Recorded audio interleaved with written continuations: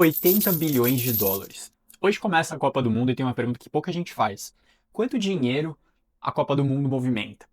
A FIFA estima que são 80 bilhões de dólares espalhados pelo mundo, mas principalmente nos países sede. Mas por que tanto dinheiro? São 104 jogos, 48 seleções, 16 cidades e 3 países recebendo a Copa do Mundo de 2026. Mas esse número ele precisa bastante de contexto, porque dependendo como você olha, a gente pode afirmar que é o maior evento da história, ou que realmente é um teatro financeiro da FIFA que os números não seriam tão altos assim. E eu vou mostrar para você hoje os dois lados. A FIFA é uma entidade sem fins lucrativos lá da Suíça e ela provavelmente é quem mais vai faturar nesse evento, com cerca de 11 bilhões de dólares, 56% a mais do que na Copa do Catar. Ela ganhou 7 bilhões de dólares naquele evento. Boa parte está em 3 pontos: direito de transmissão, bilheteria e patrocínio. A transmissão ele deve atingir mais de 4 bilhões de dólares, muito a mais do que os 3 da última Copa, e se você olhar o ranking, cresceu bastante ao longo do tempo, e claro, como você colocou mais seleções para dentro da Copa, a estimativa é que você tenha mais venda de direito de transmissão espalhados pelo mundo. Na parte de patrocínios, a FIFA também vem escalando ao longo das últimas Copas, ela está chegando quase em 3 bilhões de dólares só para esse evento. E na parte de bilheteria são 3 bilhões de dólares, cerca de 200% em relação ao Catar, mas tem diferenças bem claras. O Catar ele não é um destino turístico muito óbvio em relação aos Estados Unidos, que é um dos principais destinos turísticos do mundo, independente se tem evento ou se não tem evento. Está estimando que vão ser mais de 6 milhões de fãs nessa Copa se deslocando, isso tem tanto turismo interno quanto externo. É claro que os Estados Unidos ele já é um atrativo. Na Copa do Catar foram 1 milhão de turistas. Aqui no Brasil também foi cerca de 1 milhão de turistas. O número ele é bem difícil de mensurar, mas a leitura é que vai ter muito mais gente indo para os Estados Unidos. A gente vem de Copa na África do Sul, no Brasil, Rússia, Catar.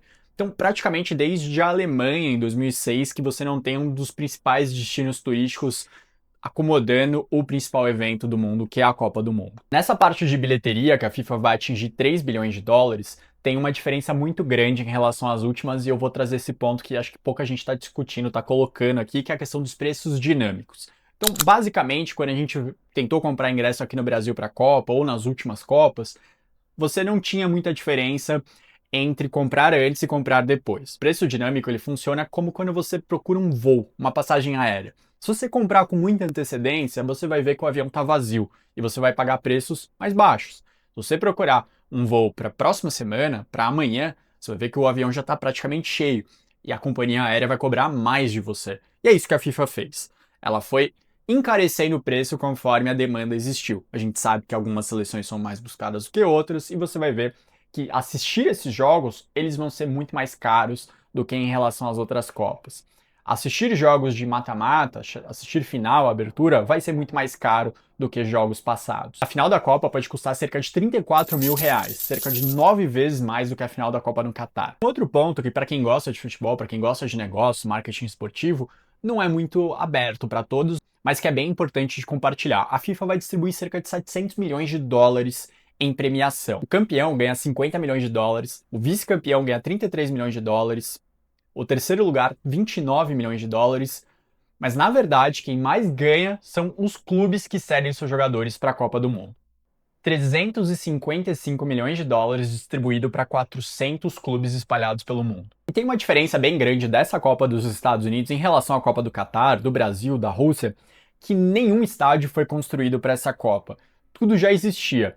Boa parte dos estádios não são destinados para o futebol. A gente sabe que nos Estados Unidos tem o futebol americano e eles vão ser reaproveitados para a Copa do Mundo.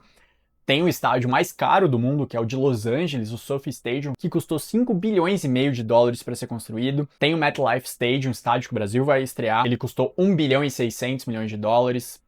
Você tem o estádio de Atlanta da Mercedes, 1 bilhão e 600 milhões de dólares. Você vai ver que quando eles foram construídos, eles superaram boa parte dos valores se a gente fosse comparar quais estádios mais caros, dessa Copa ou das passadas. Mas especificamente para essa Copa do Mundo, os países gastaram menos do que os antecessores. O Qatar, ele estima que gastou cerca de 200 bilhões de dólares em estádios, mas também muito em termos de acomodações que eles construíram, metrô que eles construíram para a Copa, entre outras melhorias de infraestrutura feitas para a Copa do Mundo. O Brasil e a Rússia gastaram cerca de 12 bilhões de dólares, também não foi um valor pequeno.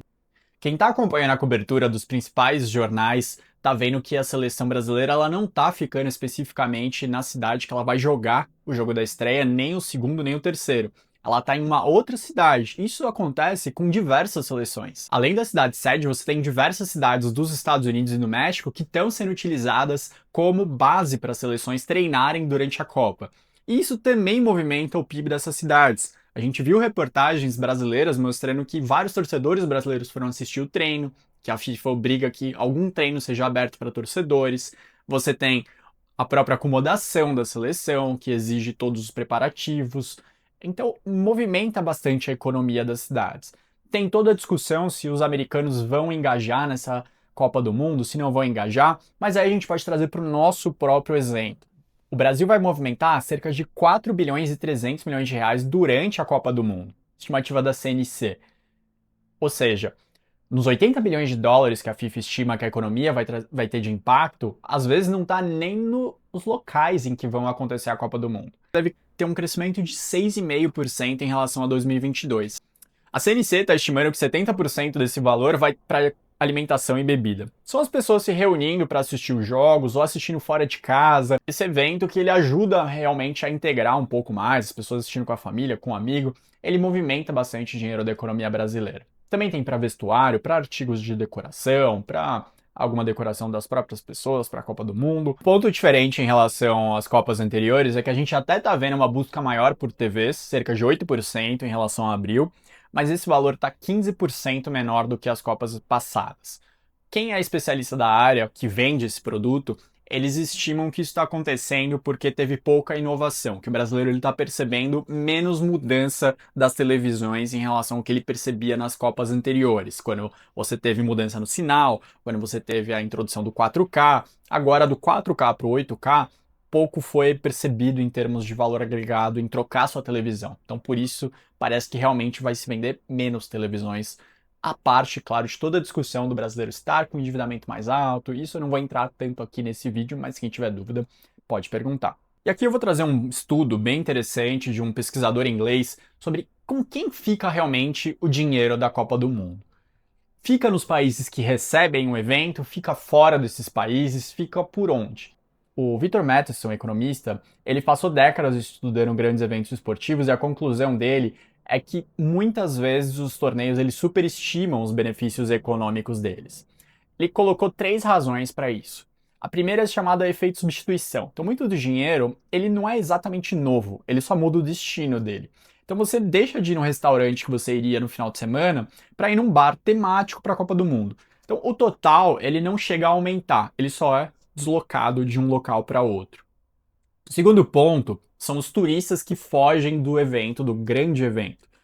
Ele diz que realmente tem turistas que são apaixonados pela Copa do Mundo, que vão só para assistir a Copa do Mundo, mas tem outros que não gostam do tumulto e vão evitar o destino turístico por conta dela. E o terceiro ponto que ele coloca é que os lucros eles muitas vezes saem do país. Então você tem a própria FIFA que está fora do país sede, você tem o dinheiro do patrocinador, do direito de transmissão, ele não fica exatamente no evento da Copa do Mundo. A projeção da FIFA é de cerca de 17 bilhões de dólares no impacto da economia americana só com o evento. É real, é imenso o valor, mas a gente não tem tanta dúvida sobre a quantidade, a gente tem a dificuldade de trazer quanto que fica nos Estados Unidos propriamente dito a mais. Ainda tem algumas cidades que reclamaram de algumas isenções que a FIFA obriga os países, as cidades sedes, a fazerem. A Atlanta está estimando que vai ter 25 milhões a menos de impostos. Vancouver, no Canadá, criou um imposto para depois da Copa para hotéis de 2,5% até 2030, enquanto eles estão estimando que vão receber a menos de tributos por conta do evento. Agora, tem um estudo bem mais curioso que ele fala sobre o efeito do país campeão. Aí você pode perguntar, poxa, mas o campeão ele tem alguma diferença? E, incrivelmente, a economia mostrou que sim, a Copa do Mundo impulsiona em cerca de meio ponto percentual a economia dos países que ganham ela. E muitas pessoas já tentaram entender aonde que chega esse dinheiro, e boa parte está na percepção desse país que ganha a Copa. Eles identificaram que o país exporta mais ao longo do tempo, que ele é mais acessado para comércio, para investimentos. Muitos imaginavam que era no turismo, mas aonde pega mesmo o meio ponto percentual acaba sendo no comércio. Lembra de se inscrever, curtir esse conteúdo e compartilhar com quem você acha que vai gostar desse tipo de vídeo. Então a Copa do Mundo, ela mostrou que, independente se ela é cara ou barata, ela ainda atrai muito interesse do público. Só nos 33 primeiros dias que as vendas da Copa do Mundo começaram, cerca de 500 milhões de pessoas procuraram ingresso. E tem uma lógica que o marketing conhece muito, que é a chamada lógica da escassez. É um evento que só acontece a cada 4 anos, você não tem garantia que o seu país vai estar representado nele, a não ser que ele seja o país sede. São apenas 5 semanas de evento. É um evento muito dinâmico, todo dia tem jogo praticamente, só na fase de mata-mata que tem algum intervalo. Então, por isso que seriam cerca de 80 bilhões de dólares em movimentação e impacto econômico da Copa do Mundo. A NFL, ela movimenta cerca de 19 bilhões de dólares, o futebol americano. A parte de beisebol dos Estados Unidos, cerca de 11 bilhões de dólares. Mas elas funcionam durante toda a temporada, 365 dias vendendo produtos. Voltando para os 80 bilhões de dólares, a gente está falando do direito de transmissão, patrocínio, ingresso, hospedagem, gastos na cidade, gastos em casa, com as pessoas comprando mais uniformes, o álbum de figurinhas da Copa, que movimenta bastante, tem os patrocinadores fazendo várias ações esportivas para a Copa do Mundo, os contratos, salários, lucros. Então, realmente, o evento ele é gigantesco e ele atrai muita atenção e, como eu mostrei, cada vez mais atenção ao longo do tempo. E muita gente questiona o futebol, se ele tá em alta, se tá em baixa, se ele tá sendo substituído, mas pega esse número para fechar o vídeo aqui. No final do Super Bowl, considerado o dia esportivo que mais movimenta dinheiro no mundo, foram cerca de 120 milhões de pessoas assistindo. A final da última Copa do Mundo, cerca de 1,5 bilhão de pessoas estavam na frente de alguma tela assistindo o evento. Então, de fato, a Copa do Mundo é o maior show financeiro, o maior evento financeiro do planeta e ainda parece que vai continuar sendo por muito tempo. E como qualquer show, o que aparece no palco pra gente assistir é só uma parte da história, como eu espero que você tenha identificado hoje nos números que eu trouxe.